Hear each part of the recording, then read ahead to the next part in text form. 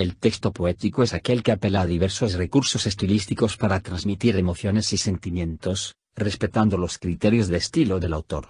En sus orígenes, los textos poéticos tenían un carácter ritual y comunitario, aunque con el tiempo aparecieron otras temáticas.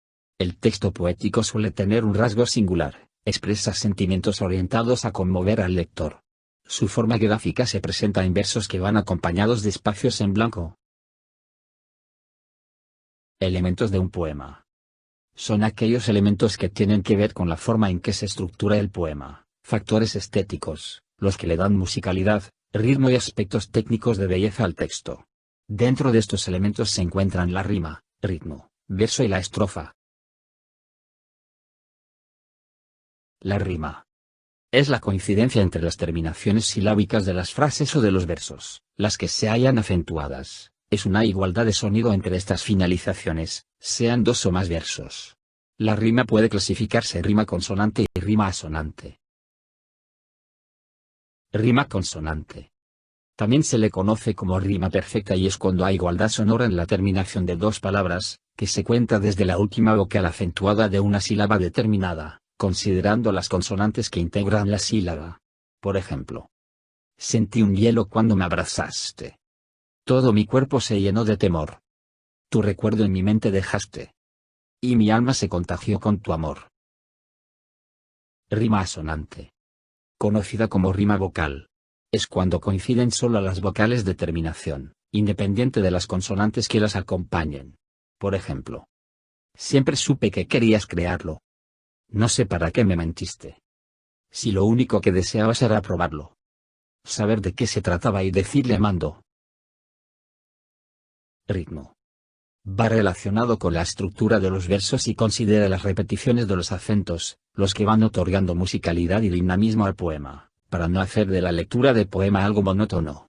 En nuestro idioma hay tres formas de distribuir el acento.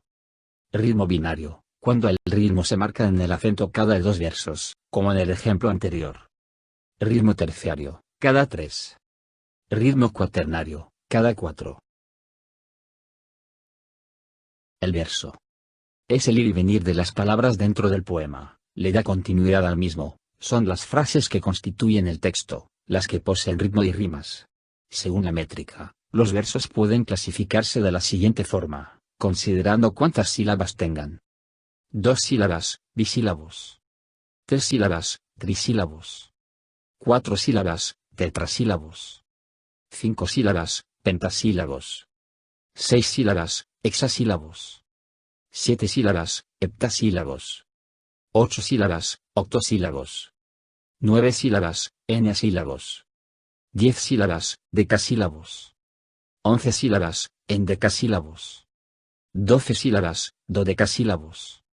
14 sílabas, alejandrinos o castellanos. Los versos son considerados de arte menor cuando poseen menos de 7 sílabas y de arte mayor cuando están compuestos por más de 8 sílabas.